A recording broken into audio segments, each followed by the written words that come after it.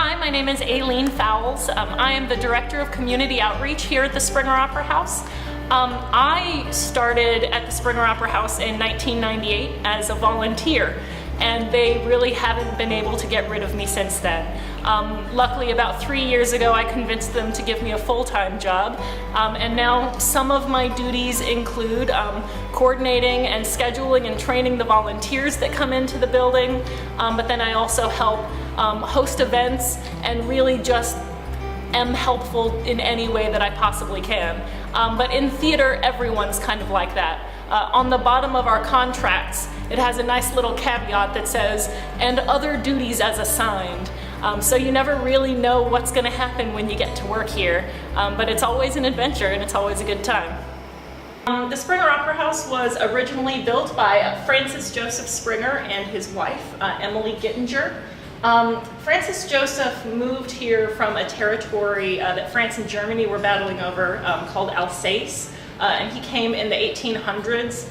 The day that he arrived isn't exactly sure. The first documentation we have of him being here is when their first daughter was born, Adele Springer, and that was in the 1950s. But Francis Joseph lived here for a while. He met Emily and fell madly in love with her.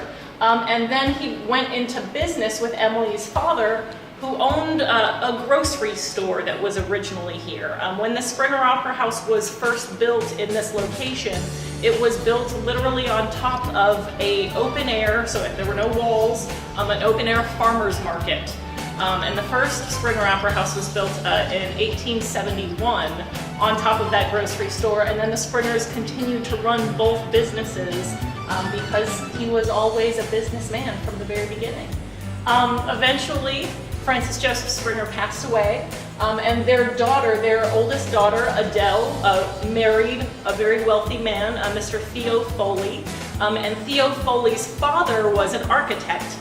His name was Daniel Foley, and so they got together and they decided that they wanted the Springer to be more grand than it had ever been before. So in 1901, they shut down the grocery store and completely transitioned the entire building.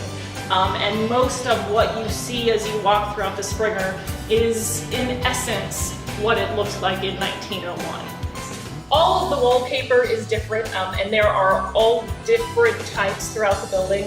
This one was painted with a technique called stippling, where you are polka dotting the artwork onto there. And if you look closely for this one in particular, you can see spots where they smudged dots or where they completely forgot a polka dot altogether in the pattern.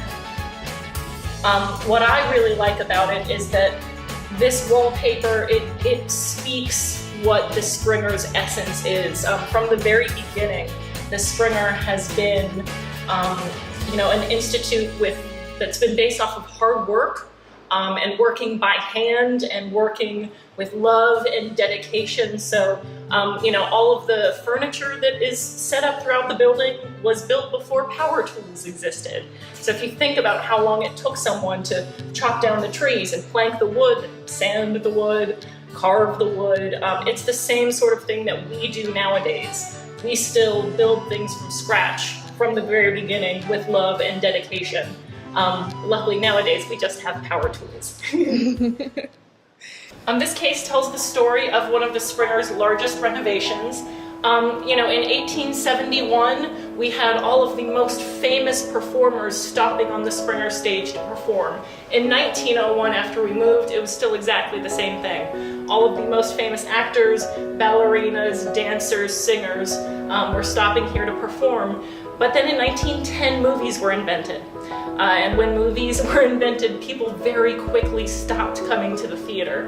Then as time progressed with the Great Depression, the people who owned the Springer couldn't produce such lavish set pieces or costumes as they had done in the past.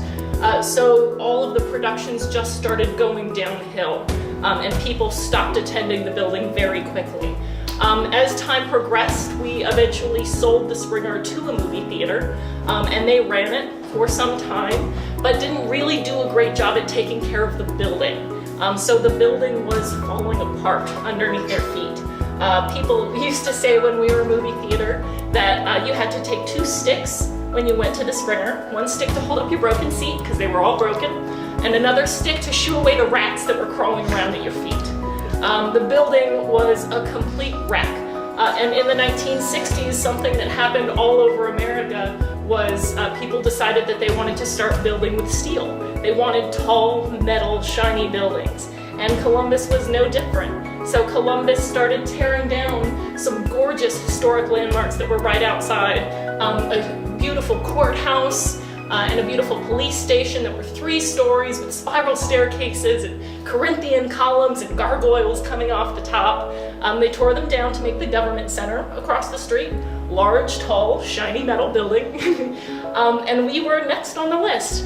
They were going to tear down the Springer Opera House to turn us into a parking lot for the government center. When a group of people got together and refused to let that happen, and they fought the good fight to save the Springer Opera House and are still doing so every day. This case has some of the pictures of what the building looked like inside while people were still running this as a business. And then it also has some of our actors who helped save the building. But really the person that we give the most credit to is Miss Emily Woodruff. And we have a picture of her right over here. Let me show you. So Emily Woodruff was born and raised in the Columbus area, and she lived here for a long time. She performed on the Springer stage when she was a little girl, just like many people who lived in this area. But eventually she decided to move away from her family.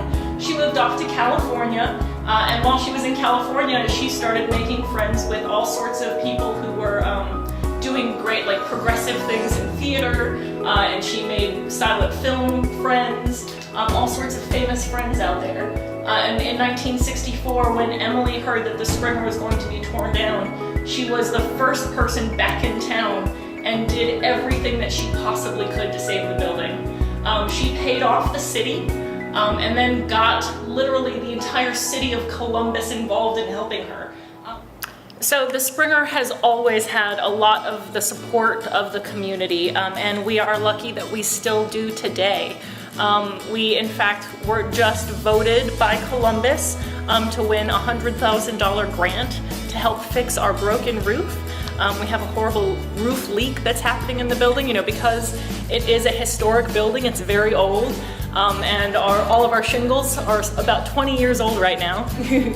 So they're all getting replaced, and thanks to our community, that's how we won that grant. Also thanks to our community, we are doing well as a theater. Theater as an art form is generally dying off in different places around the United States because it's difficult for people to make an appointment to go and do something. We're so used to Netflix. You know, we want things exactly when we want them, and not necessarily when it is happening. So it can be difficult in the new age to sort of bring people in with that. But the Springer has always had the community's support. We have a very small staff for the amount of work that we do. We work 12 months out of the year. But we produce plays for 10 months out of the year, and in those 10 months we produce more theater than there are days in a 12-month year. And in doing that, we need the help of people who come in on a very regular basis and help us sew costumes, help us build scenery, paint the stage, help us decorate the building for the holidays. You know, there are so many small little things that not everybody thinks about, especially when you're producing theater, because we are building everything from scratch, from the ground up. So we're always looking for people to help us with that. And we do have them constantly coming in. All of our backstage crew, those people are all volunteers who are dedicated to work on a show, and they're here every show night making sure that everything happens exactly the way that it should, so the play looks perfect for each audience that's watching it. All of our ushers that are welcoming people into the Springer as if it is their own home, those are all volunteers. And without the volunteers saving the Springer in 1964, and without the volunteers coming in to help save the Springer every single day, I don't know if this building would still be in operation. So we're very thankful for all of them.